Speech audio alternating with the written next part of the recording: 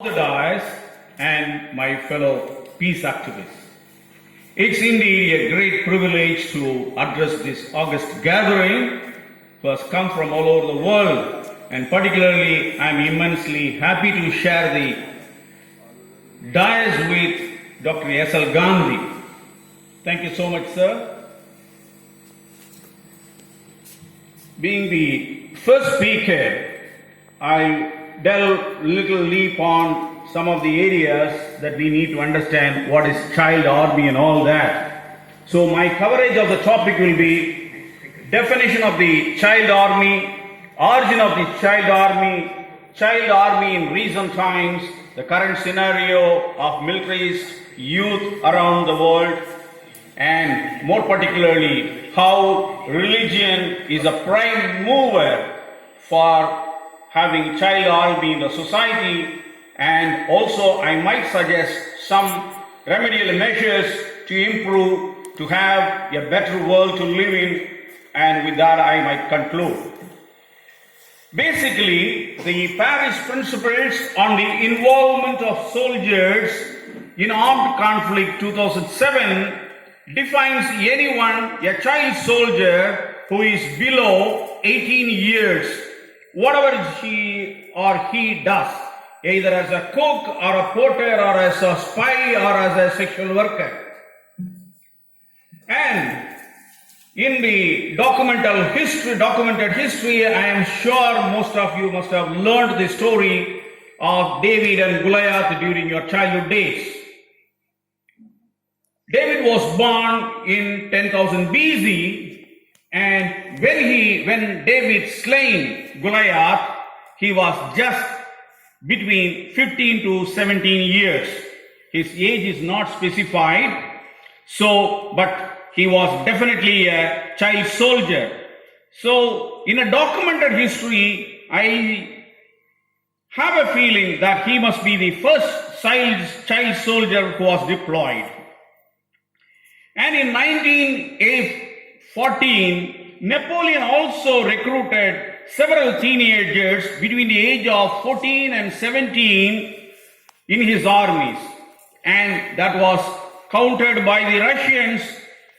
Nicholas I of Russia in 1827, he also recruited people under the age of 18.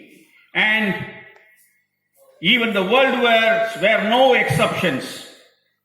During the World War I, a 8-year-old child was used as a soldier. His name is Marcelo Garvey. We see his picture, he is saluting. And also during the Spanish Civil War and also in the World War II, youths were deployed to serve the army.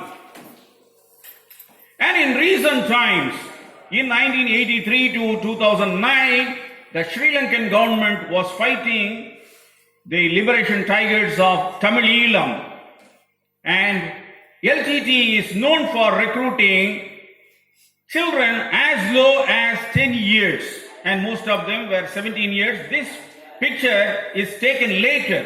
This is not the picture when they were serving in their LTT movement. It is basically when these kids are being rehabilitated now. This is a picture taken during the rehabilitation. And child army, basically, they are used for propagating or, the propaganda videos are really given, and particularly the Taliban's.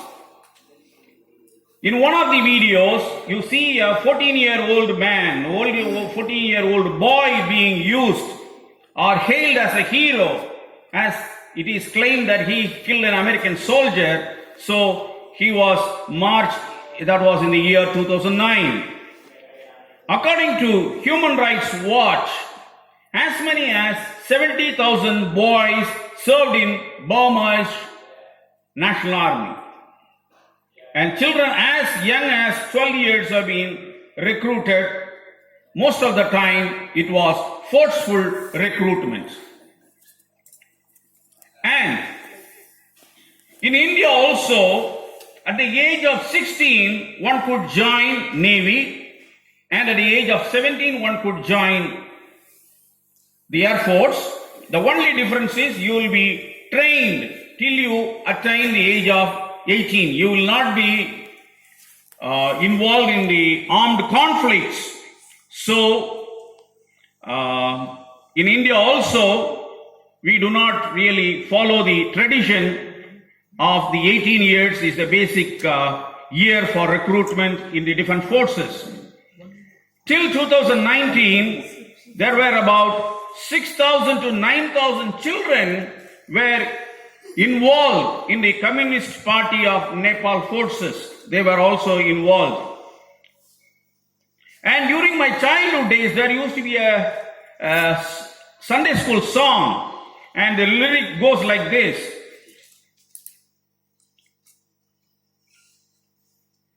I will never join an army. I will shoot a enemy, like that. That's the song goes. And I used to wonder why. Now I have realized the reasons. But of course, even now in the world, there are few peace churches. The Church of the Brethren Church, the Religious Society of Friends, with whom Gandhiji had a great interactions. They are called the Quakers and the Mennonites. They do not send their children to army or navy or air force, and they advocate peace. And these peace churches agree that Jesus advocated non-violence. Why do children join army? Leaders glorify war heroes. Government gives additional points during recruitment in the government jobs. Religious indoctrination to wage war against the member of the other community. That is a major reason that we find a lot of child soldiers joining some movements.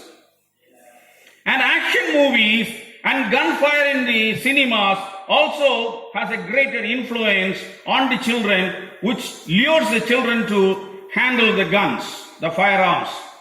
And recruitment films and advertisements to military establishments also another role. And parents are no exceptions. We also dress our kids in military uniform during their childhood days, and this also has an influence on the psychology. And all these things are done by the armed manufacturers who influence the manufacturing of artificial guns and gun toys, so that the child right from the beginning, he has a desire to handle guns in his hands. And this is my picture. And I also, during my childhood days, I was serving the National Cadet Corps. And these people who are trained, they will serve as a back-end people to serve during armed conflicts. During the Indo-Pakistan War in 1965, and as well as during the liberation of Bangladesh in 1971, these NCC cadets were assisting people in supply of arms and also in patrolling whether enemy paratroopers are jumping into the area. So the NCC cadets were also involved in army-related activities. And I got my rifle training at the age of 15. And on 17 July 2018, the Prime Minister of India wanted about 10 lakhs people to be trained in military to instill discipline in the young minds every year. And religion also plays a vital role in making people to join the army. And when David was, before slaying Goliath, David said, "This uncircumcised Palestine, he has said something against my living God, so I have to wage a war against him." So, This my God and their God and all that, this is a thing. And even in India, there are theocratic groups which gives training on guns who are in these schools. And even our epics and scriptures glorify war. The Jewish and Christian scriptures theocratically validates the capture of Canaan from the inhabitants of Palestine. In those days they were called the Philistines. And Iliad gives the details about the Trojan war waged against. In the Indian context, even Mahabharata and Ramayana are epics of war which were fought in Kurukshetra as well as in Sri Lanka. The current beliefs and desired state. See, in 1997, I was giving meditation during one of my training programs. And there were several participants. And after the meditation, one Hindu participant said that he saw God in the form of Shiva and Parvati dancing in the Himalayas. And there was another Christian participant, and he said he saw God in the form of light striking from the skies. So this is my meditation. The meditation that I gave was one and the same, but the recipients experience it in a different way. They do it because it is according to their mental orientation, and the perception about God makes a difference. Because God and religion is an invention of man. He called something with which he does not have a control over it, and which he called God. Since man has invented God, this your God and my God concept has come in. And also about the kingdom of God, from the childhood, people are really taught that heaven is a glittering place with gold and precious gems. And in some scriptures, if you die a martyr, you will get charming virgins to live within heaven. Scientists have not yet found a place where heaven exists. And according to me, if heaven has to exist, it shall exist in earth, and which can be created by people like you and me. And the central message of Jesus Christ is sidelined, whereas other things were brought into Christianity. So I would like to delve deep into the central message of Jesus. Jesus said, "Kingdom of God is within you. Love your neighbor as yourself. Whatever you did for the least of these brothers and sisters of mine, you did it to me." So this was the central message. And in other words, if you consider the other person as God, why would one be interested in killing someone? Definitely not. And in the Vedic tradition, this concept is called Tattvamasi. And I call this concept the Immanuel-Konsciousness. And what is this Immanuel-Konsciousness? Look at the tree, you will find the roots. And roots are of different names of the religion of the world. But the trunk is Immanuel. Immanuel means God with us. And when we believe in that, we give good fruits that people can taste. According to Immanuel-Konsciousness, there is no Hindu God, there is no Christian God, and there is only one God who dwells in you. This consciousness can possibly discourage the children from joining armies or military establishments. Now, in my conclusions and suggestions, I would suggest parents and leaders should stop glorifying war heroes. Religious teachings presented to us are skewed one, and such philosophy and theology need to be corrected. Parents and schools need to teach the Upanishad like Isha Upanishad and Chandogya Upanishad instead of war-related scriptures. And when we do this,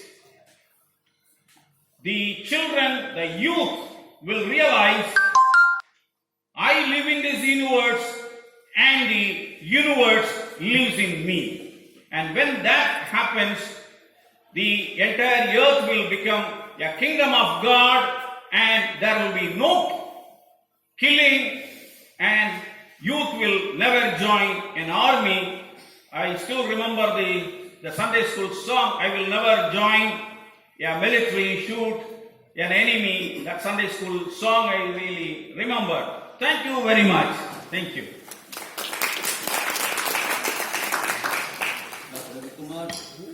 At the outset, I thank you for having maintained the time.